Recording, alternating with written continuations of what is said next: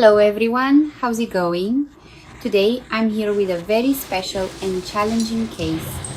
A patient with a chronic ingrown toenail on their right foot, untreated for about 5 months. I'll show you step by step and in detail how I'm addressing this issue with care, patience and affection.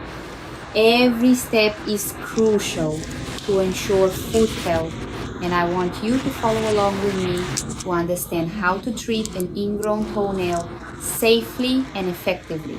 Ready to dive into this process together? Before we get started with the procedure, I'd love to hear from you. Where are you watching this video from? Are you in a city in Brazil, like São Paulo or Rio de Janeiro, or maybe from another country like Portugal, the United States, or Argentina? Drop it in the comments because I love knowing where you all are from. I read every comment with so much care, and since I get a lot of them, I reply little by little, but rest assured, I see them all and love connecting with you. So, leave your comment, tell me if you've ever dealt with an ingrown toenail, if you have any questions about foot care, or even a story to share. Your interaction helps this channel grow and reach more people who need these tips. Today, I'm focusing solely on the right foot of my patient who has a long history of inflammation in the toe. The toenail is quite overgrown, sticking out, and many people think letting the nail grow like this prevents ingrown issues. But as I always explain, that's not a hard rule. It all depends on the skin structure around the nail and the toe's history.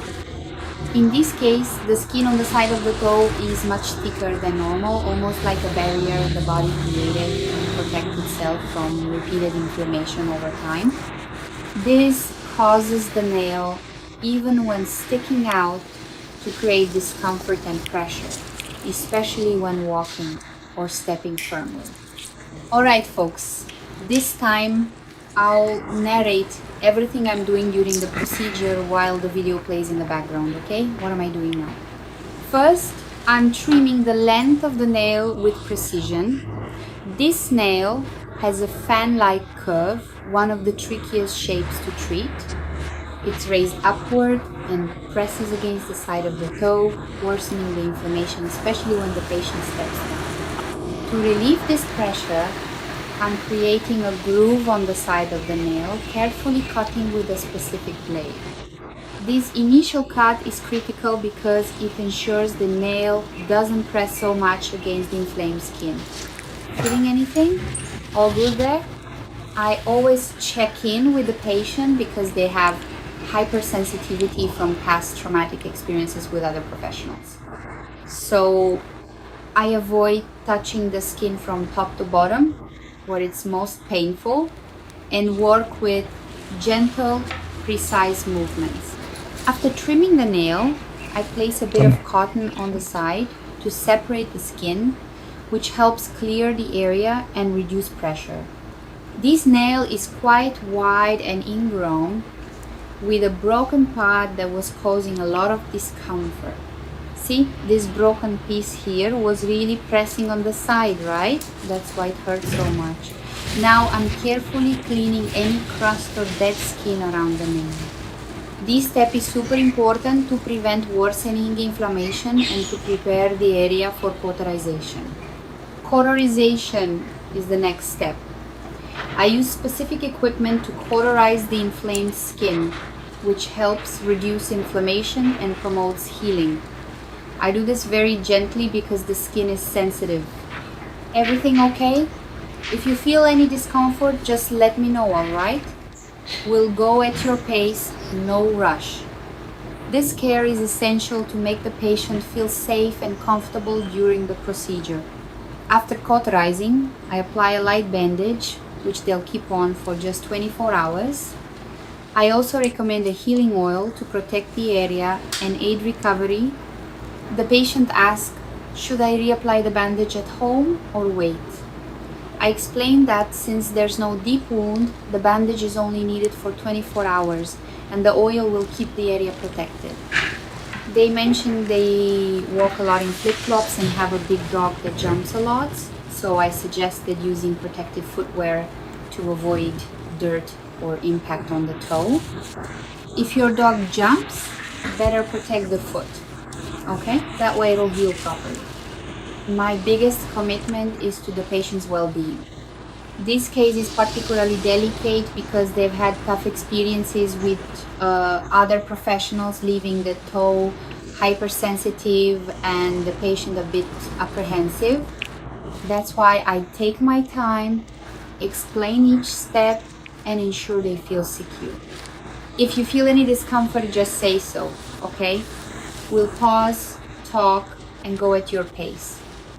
I want them to leave here not only with a healthier foot, but also with the confidence that they were well cared for. For those of you watching, I want to emphasize that taking care of your feet is taking care of your overall health.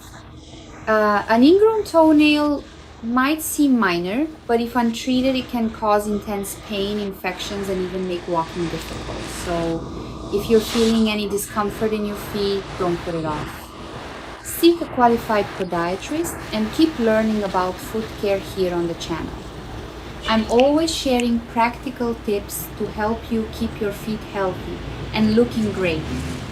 Here are some key tips for those following along. Chronic ingrown toenails, like our patients, require regular monitoring. It's not just about trimming the nail and thinking the problem is solved. The skin around it, the nail's shape, and even how you walk can influence the issue.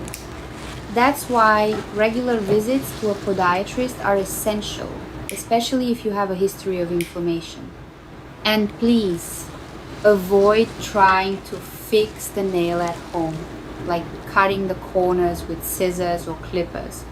This can worsen the inflammation and even cause serious infections. Another critical point is footwear. Tight shoes or unprotected flip-flops, like the patient mentioned, can aggravate ingrown toenails, especially if you're in dusty or dirty environments. Ideally, use footwear that gives your toes more freedom and protects the treated area. For those with pets, like the patient's big dog, be cautious of jumps or scratches that could harm the foot during healing. Protective footwear, like a more enclosed sandal, can be a great ally in these cases. Hygiene is also fundamental. Even if you're not in very dirty places, keeping your feet clean and moisturized helps prevent issues. Use neutral soaps, dry well between the toes, and, if possible, apply a foot-specific cream or oil. This strengthens the skin and reduces the risk of inflammation. And of course, always follow your podiatrist post-procedure care instructions, like using the healing oil I recommended to the patient. If you enjoyed this video and want to help the channel grow, give it a thumbs up, subscribe, and hit the notification bell so you don't miss any new content. Why?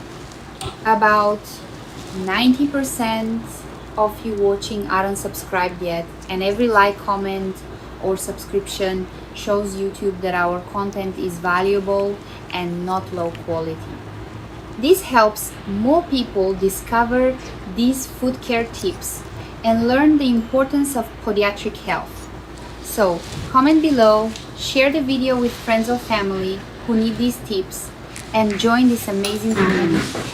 We have new videos every day, and I respond to all comments little by little with lots of care and attention. Taking care of your feet goes beyond treating an ingrown toenail or relieving pain. It's about giving you the freedom to walk lightly, without discomfort, and with the confidence that you're taking good care of your body. Seeing my patient leave the clinic with less pain and more relief is what fuels me to keep doing this work. So, don't neglect yourself, your feet, or your health. Every step matters, and together we can go further with well-being and quality of life. See you in the next video, everyone, and thanks for being here with me.